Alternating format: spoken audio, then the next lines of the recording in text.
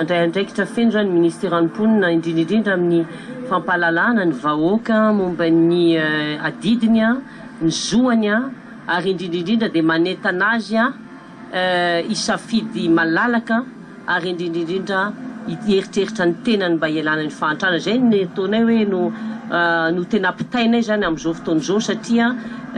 mba tsy ho fitaovana ary ho vidim-bolana vidiana amin'ny fomba